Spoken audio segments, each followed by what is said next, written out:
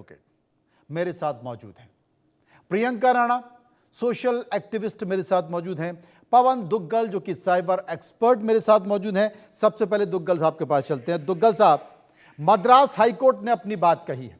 Madras high court ने कहा है कि भाई ऑस्ट्रेलिया में जैसा कानून लागू हुआ है वैसा कानून भारत में भी लागू होना चाहिए, सरकार इस पर विचार करे। आप क्या मानते हैं, कितना जरूरी? मानना है कि ऑस्ट्रेलिया जैसा कानून भारतवर्ष में लागू हो ही नहीं सकता जी। तो उस दिशा में हम ना जाएं तो अच्छा है। उसका कारण यह है कि अगर हम कागज ऐसा कानून लेकर भी आ पाए तो वो केवल एक कागजी घोड़ा बनकर रह जाएगा। क्यों? क्योंकि देखिए अब आप जो है घोड़े हैं वो अस्तबल से तो बाहर जा चुके हैं। बच्चों को आपने खून तो लगा दिया है सोशल मीडिया का उनके मुंह पर, और अगर आप आज कहते हैं कि साहब अब हम सोशल मीडिया में आपको बैन करेंगे तो वो आपको 50 नए इनडायरेक्ट तरीके बता देंगे जिसके माध्यम से वो उसी बैंड वेबसाइट्स पर दोबारा जा पाएंगे, चाहे वो वर्चुअल प्राइवेट नेटवर्क्स का इस्तेमाल करें या क्या।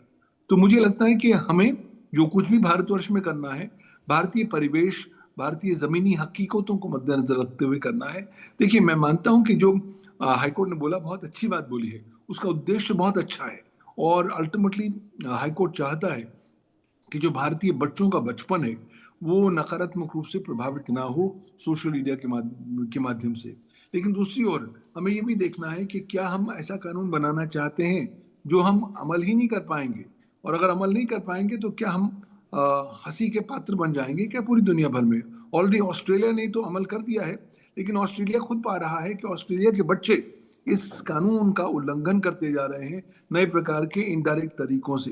एक्चुअली बैनिंग वाला जो प्रकरण है वो एक 19वीं शताब्दी का माइंडसेट है, और आप उस 19वीं शताब्दी के मानसिकता के साथ आप 21वीं शताब्दी की चुनौतियों को डील नहीं कर सकते, उनको इफेक्टिवली हैंडल नहीं कर सकते। इसी को मद्देनजर रखते हुए मुझे लगता है होलिस्टिक अप्रोच अडॉप्ट करनी चाहिए। हाईकोर्ट बिल्कुल सही कह रही है, उद्देश्य बहुत अच्छा है। अब सरकार को देखना है कि आप क्या कदम उठाएंगे। ज्यादा अच्छा तरीका तो ये होगा कि अगर आप सर्विस प्रोवाइडर्स को ज्यादा जिम्मेवार ठहराएं। अभी तक तो वो उन्हें खुली खुद छूट है, वो उनके प्लेटफॉर्म पर जो कुछ भी हो जाए वो तो केवल एक तमाशबीन बन के रह जाते हैं, क्योंकि वो कानून का पालन भी नहीं करते। क्योंकि हर जो सर्विस प्रोवाइडर कहता है कि साहब मेरे को तो आपको सेक्शन 79 ने संपूर्ण सुरक्षा कवच दे रखा है आईटी एक्ट में, तो आप तो ना तो मेरे पर मुकदमा दाखिल कर सकते हैं ना मुझे जेल भेज सकते हैं। अब हाल ही में दिल्ली हाईकोर्ट का एक बहुत इंपॉर्टेंट फैसला आ गया है जहां पर सुप्रीम कोर्ट दिल्ली हाईकोर्ट ने कहा है कि इन इंटरमीडियरीज को जिम्मेवार बनाना पड़ेगा।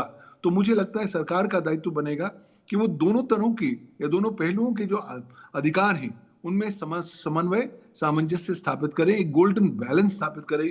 क्या होगा वो गोल्डन बैलेंस, वो आने वाला समय और सरकार ही बता पाएगी। आने वाला समय और सरकार ही बता पाएगी। मेरे साथ चूंकि ये कानूनी मामला जिक्र कर दिया है, सेक्शन 79 का जिक्र अब यहाँ पर पवन दुग्गल साहब कर रहे हैं, तो मैं रुद्र विक्रम सिंह के पास एक बार चलूंगा। रुद्र विक्रम सिंह साहब, ऑस्ट्रेलिया में जो कानून बना है व्यवहारिक नहीं है, पवन दुग्गल साहब इस बात का जिक्र कर रहे हैं।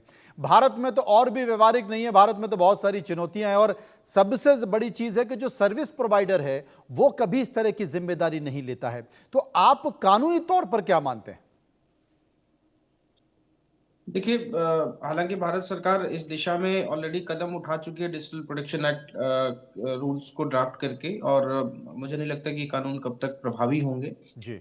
लेकिन एक बात मैं बड़े साफ तौर पे कहना चाहूंगा कि सोशल मीडिया पर इनके अकाउंट क्रिएट करने की जो पद्धति होगी, अगर वो मान लीजिए हम लागू भी कर देते हैं, बैन का पद्धति भी लागू कर देते हैं, तो इसके क्रियान्वयन पे बड़ी जिम्मेदारी एक तो प्लेटफॉर्म्स की होगी, पेरेंट्स की होगी, और ये कैसे निश्चित किया जाएगा कि भाई ये 16 साल से कम एज के। अभी भी जब हम सोशल मीडिया अकाउंट बनाते हैं तो हमें मिनिमम एज पूछता है कि आपकी मिनिमम एज ये है या नहीं है, सिर्फ ये पूछता है, हम टिक मार देते हैं और अकाउंट बन जाता है। तो क्या ये प्रक्रिया कैसे होगी? मुझे लगता है कि जो कंटेंट है, सोशल मीडिया का जो कंटेंट है, उसको रेगुलराइज करने की और उस पर कड़े कानून बनाने की जरूरत है। हालांकि कानून है अभी भी, लेकिन मुझे लगता है कि आज भी आप सोशल मीडिया का कोई भी प्लेटफॉर्म उठा के देख लीजिए, तमाम ऐसे भद्दे तरीके के कंटेंट आपको मिल जाएंगे, तमाम तरीके के ऐसे कंटेंट आपको मिलेंगे जो हम और आप नहीं देख सकते। तो बच्चों की तो बात कहीं से भी कहीं से नहीं की जा सकती। तो इस मुझे लगता है कि ये बैन करने की अपेक्षा जो कंटेंट का रेगुलराइजेशन है, कंटेंट पे जो जितनी लगाम कसी जा सकती है, और इनकी सारी जिम्मेदारी जब तक इंटरमीडिएटली प्लेटफॉर्म पर नहीं डाली जाएगी, तब तक ये इसको सुनिश्चित नहीं किया जा सकता। आप अगर जिम्मेदारी पेरेंट्स पे भी डाल देंगे, देखिए आजकल बहुत सारे एजुकेशन की साइट्स, बहुत सारी चीजें, पढ़ाई लिखाई, आज अब दिल्ली, हम लोग दिल्ली एनसीआर में बैठे हुए हैं, आज बहुत सारी क्लासेस आपकी मोबाइल के थ्रू चल रही हैं, जी। डिजिटल माध्यम के थ्रू चल रही हैं। तो कल को आप ये कैसे इंश्योर करेंगे कि बच्चे के हाथ में मोबाइल जाएगा तो सोशल मीडिया प्लेटफॉर्म नहीं यूज करेगा, या फिर उन कंटेंट को देखने नहीं जाएगा, पढ़ाई के साथ साथ वो ये चीजें यूज नहीं करेगा।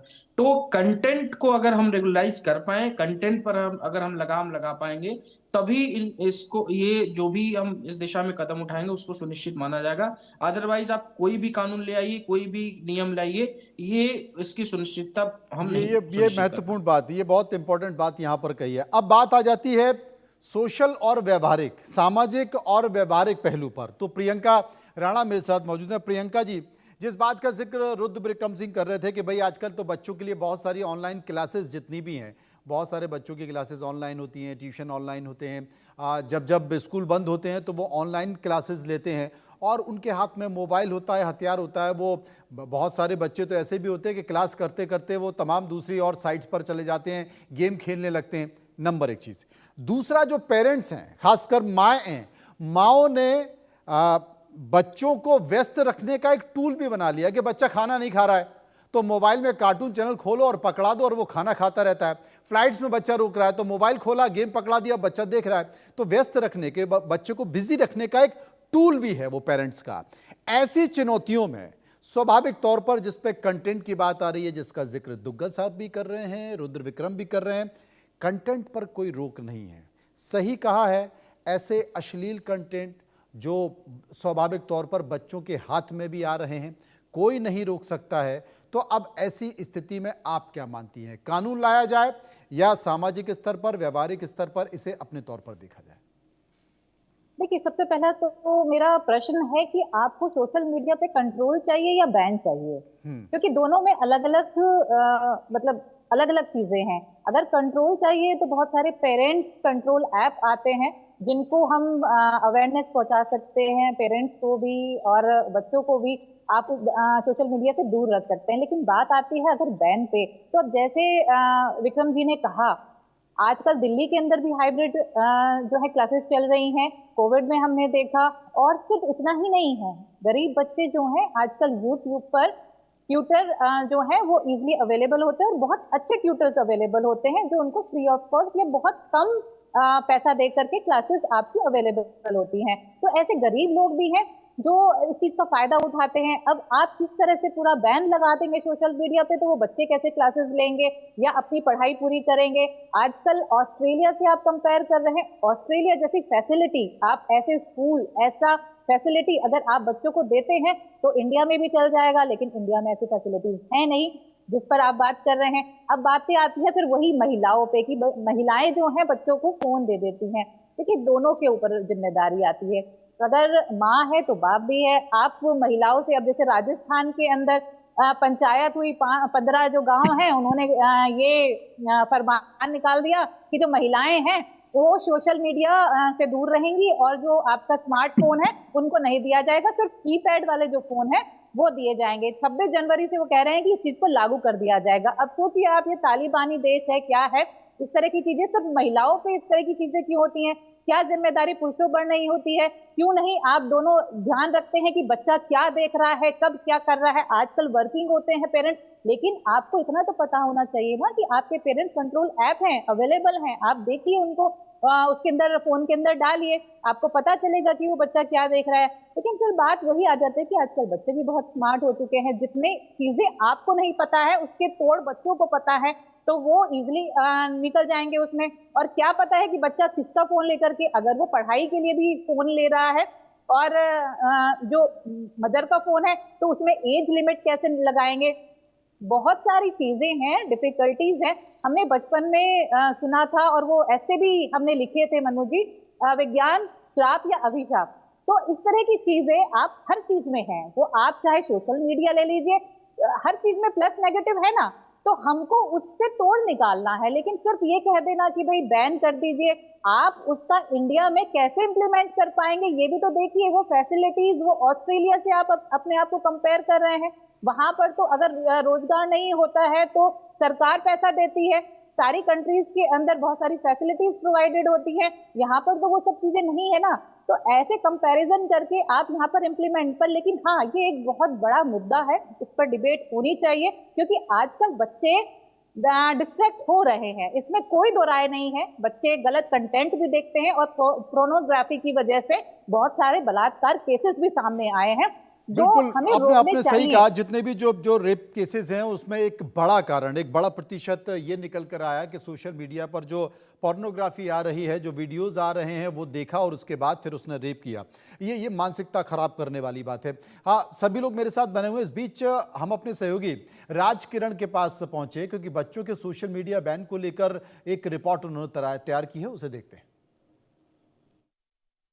तमिलनाडु में 2018 में विजय कुमार नामक व्यक्ति के द्वारा हाईकोर्ट में एक याचिका दर्ज किया गया है, जिसमें विजय कुमार, जो मदुराई के रहने वाले हैं, तमिलनाडु के मदुराई डिस्ट्रिक्ट के रहने वाला है, उन्होंने एक पिल वहाँ पर पिल डाला है, जिसके अंदर उन्होंने हाईकोर्ट को बताया है कि जो पोर्नोग्राफी साइट्स होते हैं वो खास तौर पर जो छोटे बच्चे हैं, 16 साल 18 साल के नीचे के बच्चों के ऊपर काफ़ी प्रभाव उसका दिख रहा है। जब छोटे बच्चे सर्च इंजन में जाते हैं, जैसे गूगल हो या कोई और क्रोम हो, उस तरह के सर्च इंजन में जाते हैं, जब वो सर्च करते हैं तो पोर्नोग्राफी साइट्स आराम से उनको आसानी से मिल जा रहा है। तो इसके ऊपर ISP इंडियन सर्विस प्रोवाइडर से बात कर इसके ऊपर एक रिस्ट्रिक्शंस लगाने की मांग करी है 2018 में। आज मद्रास हाई कोर्ट ने इसके ऊपर सुनवाई दी है कि जो ISP से बात कर सरकार को एक नई कानून लाना है, जिसके अंदर एक सिंगल विंडो सिस्टम, जो 16 साल के नीचे के जो बच्चे होते हैं, 18 साल के नीचे बच्चे होते हैं, उन लोगों को पेरेंट्स के गाइडलाइंस के अंदर उनको सर्च इंजन को ऑपरेट करने की सुविधा देनी चाहिए। जो 16 साल के नीचे के बच्चे होते हैं उन लोगों को मोबाइल पूरी तरह से दूर रखने की भी बात कही है। और ये हाईकोर्ट ने ये साफ तौर पर बताया है कि जो जिम्मेदारी होती है ये माता पिता की होती है, माता पिता की बड़ी भूमिका इसमें रहना चाहिए, क्योंकि बच्चे क्या कर रहे हैं क्या नहीं कर रहे हैं ये माता पिता का जिम्मेदारी होती है, क्या कर रहे हैं वो देखने के लिए। पर अभी बताया गया है कि हाईकोर्ट के द्वारा एक कानून, नया कानून जो लेजिस्लेचर में नया कानून लाए, इसके ऊपर एक रिस्ट्रिक्शंस लगाने की बात कही है। कैमरा पर्सन के साथ राज किरण, तमिलनाडु से। पवन दुग्गल साहब मेरे साथ मौजूद हैं। पवन जी, हमारे एक पत्रकार मित्र हैं उधर माहौरकर, बहुत लंबे समय से वो प्रयास कर रहे हैं, सरकारों के पास जा रहे हैं, शायद ऐसा कोई डिपार्टमेंट, शायद ऐसा कोई अधिकारी नहीं है जिससे उन्होंने संपर्क नहीं किया हो। लगातार प्रयास वो कर रहे हैं, वो थक चुके हैं। उनका ये कहना है कि अश्लील कंटेंट को कोई रोक ही नहीं पा रहा। और ये आप समझिए कि हमारे समाज में इतना पॉल्यूशन फैल रहा है कि रिश्तों की मर्यादा को भी तार तार किया जा रहा है। क्या ससुर, क्या बहू, क्या भाई, क्या बहन, सारे रिश्तों को जोड़कर अश्लील कंटेंट बनाया जा रहा है, कोई रोकने को तैयार नहीं है।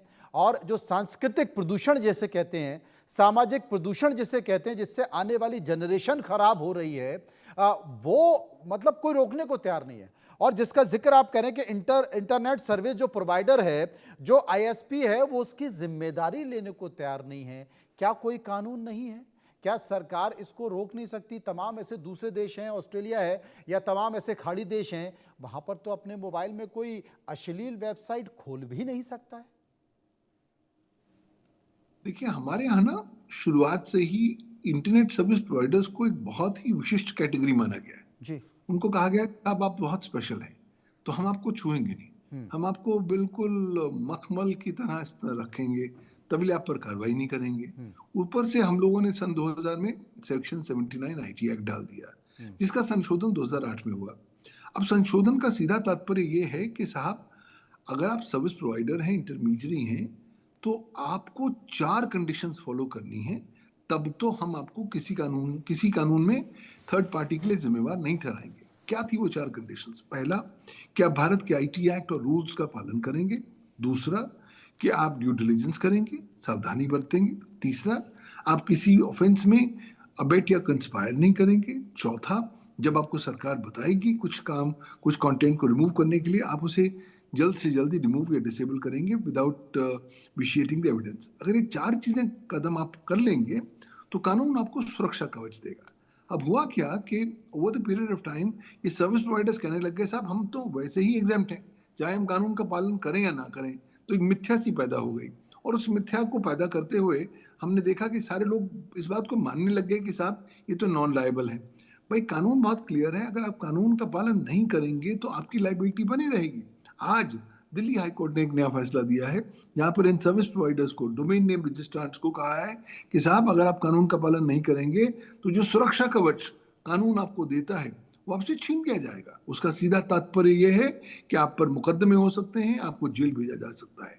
तो मुझे लगता है कि जब तक हम इस तरह का एक रवैया अख्तियार नहीं करेंगे, कानून का संशोधन नहीं करेंगे, और ये एक संदेश सर्विस प्रोवाइडर्स को नहीं देंगे कि साहब अगर आप भारत में इंटरेस्ट रखते हैं, भारतीय मार्केट को टारगेट करना चाहते हैं, तो आपको भारतीय कानून का पालन करना पड़ेगा, और नहीं करेंगे तो कानूनी परिस्थितियों का सामना करना पड़ेगा। जो सुरक्षा कवच कानून आपको दे रखा है वो आपसे छीन लिया जाएगा, कानून छीन लेगा, और फिर आप पर कानूनी कार्रवाइयां भी होंगी। वो मैसेज देना बहुत ज्यादा जरूरी है, पहली बात। दूसरी बात, सरकार ने अभी भी बच्चों के संरक्षण के प्रति effective due diligence parameters section 79 और सेक्शन 87 आईटी एक्ट में परिभाषित नहीं कर रखे हैं। जनरल चीजें बोल रखी हैं जिसका अक्सर उल्लंघन होता रहता है, लेकिन स्पेसिफिक ड्यू डिलिजेंस पैरामीटर्स अभी भी परिभाषित नहीं है। तो अच्छा रहेगा कि अगर सरकार इस तरह के ड्यू डिलिजेंस पैरामीटर्स को परिभाषित कर पाए और विवश कर पाए इन सर्विस प्रोवाइडर्स को। और अगर सर्विस प्रोवाइडर्स बात नहीं मानते, कोई बात नहीं, इन पर मुकदमा ठोकिए, इनके ऊपर कार्रवाई करिए, ताकि एक मैसेज चला जाए कि साहब भारतीय कानून, भारतीय सरकार और भारतीय समाज और भारतीय राष्ट्र बहुत सीरियस है। हम चाहते हैं कि हमारे बच्चों का जो बचपन है उसका संरक्षण हो सके, और अगर आप उस संरक्षण में मदद नहीं कर सकते तो आपके ऊपर खिलाफ कानूनी कार्रवाई भी होनी चाहिए। रुद्र विक्रम सिंह साहब, आप मुझे गाली दे दें, मैं आपको गाली दे दूं, आप शब्दों का प्रयोग कर दें, हम 2 मिनट के अंदर थाने चले जाएंगे, आईपीसी के तहत, एनपीएस के तहत एफआईआर दर्ज करवा देंगे, धारा लग जाएंगे और उसमें सजा भी हो जाएगी। लेकिन इंटरनेट पर या सोशल मीडिया की दुनिया में अश्लीलता भरी पड़ी है, गाली गलौच हो रही है।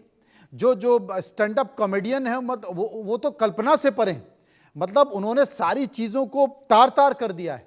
और जो एआई के युग में देश का प्रधानमंत्री किसी महिला के साथ, देश का मुख्यमंत्री किसी महिला के साथ, देश का कोई भी बड़ा बिजनेसमैन आप उसको किसी महिला के साथ किसी भी रूप में दिखा रहे हैं, और वो दिख रहा है, वो चल रहा है, वो सर्कुलेट हो रहा है, उसके व्यूज बढ़ रहे हैं, रोकने समझने को कोई तैयार नहीं है। आप किसी की भी इमेज खराब कर रहे हैं।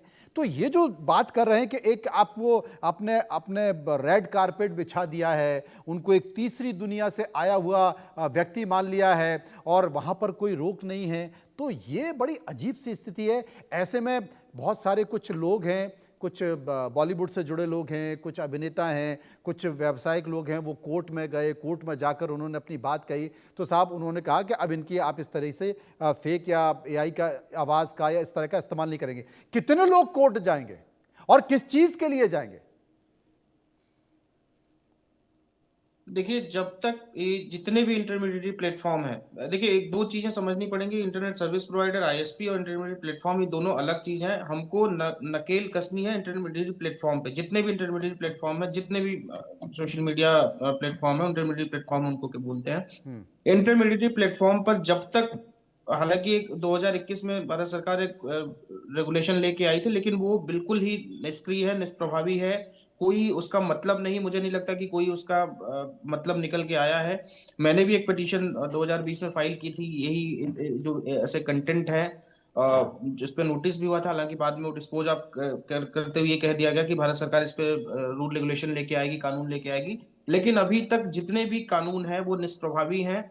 और जब तक, मैं फिर से वही बात दोहराऊंगा कि जब तक इन कंटेंट को रेगुलराइज नहीं किया जाएगा, जब तक अश्लीलता एकदम चाशनी की तरह परोसी जाएगी। और जैसा आपने भी अपने वक्तव्य में कहा कि हर रिश्ते को तार तार किया जा रहा है। आज सोशल मीडिया कंटेंट पे आप उठा लीजिए तो ससुर के बहू के साथ रिश्ते दिखाए जा रहे हैं, और सिर्फ इसलिए कि लोग उसको देखें, लोगों का उस पे व्यूज आए, और व्यूज के लिए और पैसा कमाने के लिए सिर्फ ये कंटेंट परोसे जा रहे हैं, लोगों को दिखाए जा रहे हैं, लेकिन उन पे कोई अंकुश नहीं है। जब तक इन कंटेंट्स पे अंकुश नहीं लगाया जाएगा तब तक हम कोई भी कानून बना लें, और जब तक जैसे जो ऑस्ट्रेलिया की मैं बात कर रहा हूँ, ऑस्ट्रेलिया के कानून में भी जिम्मेदार किसको ठहराया गया? जो इंटरमीडिएट प्लेटफॉर्म है। मैं बिल्कुल ये नहीं कहूंगा कि ऑस्ट्रेलिया का जो कानून बना है वो बिल्कुल अब हम अपने यहाँ अडॉप्ट नहीं कर सकते या वो बिल्कुल खराब है। उस कानून उन कानूनों में भी जो इंटरमीडिएट प्लेटफॉर्म है उनको जिम्मेदार ठहराया गया, न कि जो यूजर है उनको जिम्मेदार ठहराया गया। जब आप ऐसे कंटेंट परोसेंगे नहीं, जब हमको ऐसे कंटेंट देखने को मिलेंगे तो हम देखेंगे कहाँ से? अगर भारत सरकार ने जो एक साथ कई सारे ऐप बैन कर दिए तो बैन कर दिए, खत्म हो गए वो। लेकिन और जब ऐसे ही अगर भारत सरकार जिस दिन चाहेगी कि इन इन कंटेंट पे अंकुश लगा दिया जाए, ये कंटेंट आज आज के जमाने में एआई और इतना मजबूत है, और इंटेलिजेंस इतना मजबूत है, जो आर्टिफिशियल इंटेलिजेंस इतना मजबूत है कि आप और हम अगर कुछ बात कर रहे हैं, फोन हमारा साइड में रखा हुआ है, वो फोन इस बात को भी पहचानता है कि हम क्या बात कर रहे हैं, और अगले दिन से उस बात का ऐड आने लगता है। तो क्या ये इसका यूज कर करके, या क्या इन पर अंकुश नहीं लगाया सकता? क्या इनको बंद नहीं किया जा सकता? बिल्कुल किया जा सकता है, लेकिन एक ऐसी कानून की जरूरत है, या फिर ऐसी एक मंशा की जरूरत है जो ऐसे अश्लील कंटेंट को बैन कर सके। और ये अगर बैन नहीं हुआ आने वाले दिनों में तो सारे रिश्ते तार तार होंगे, सारी मर्यादाएं तार तार होंगी, समाज एक किस दिशा में जा रहा है ये हम सब देख रहे हैं। प्रियंका जी, बात ये होती है कि पेरेंट्स को इस बात का ख्याल रखना होगा, ये उनकी भी जिम्मेदारी बनती है।